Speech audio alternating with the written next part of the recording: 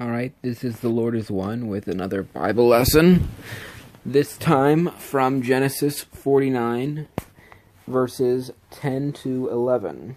And the verses read, "The scepter shall not depart from Judah, nor the lawgiver from his loins, until Shiloh comes.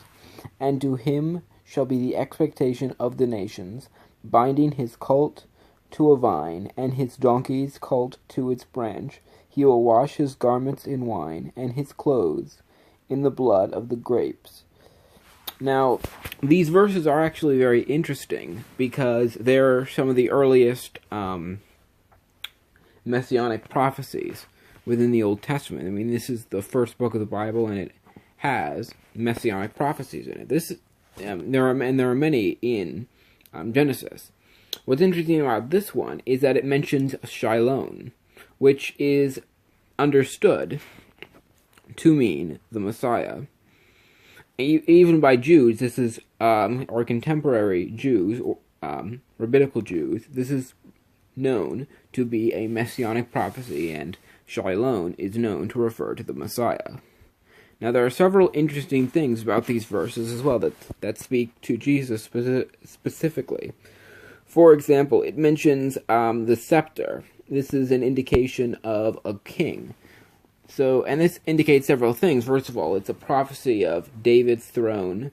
It also foreshadows Christ coming in the role, having one of his roles being a king, having an everlasting kingdom. It also mentions the lawgiver, which indicates that Jesus is a lawgiver. And very importantly, it says, he will be the expectation of the nations.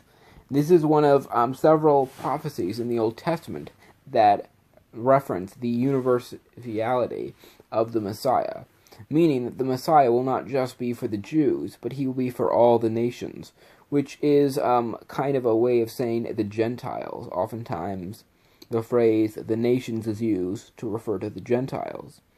Also, in verse 11, relates very much to a prophecy in Zechariah chapter 9, verses 9 to 10, because it mentions him on a donkey, which is related to that, which Jesus actually did come to town on a donkey. And this is important not only because it fulfills a messianic prophecy, but also indicates that he views himself in that role, that he views himself in the role of being the Messiah. So a lot of interesting things about these verses that really do speak to Jesus as the Messiah in many ways. And again, as I was saying previously in my previous videos, prophecies, predictions, are what the Bible often uses in order to test certain claims. So when it says to test all things, I think we need to keep a lot of these prophecies in mind.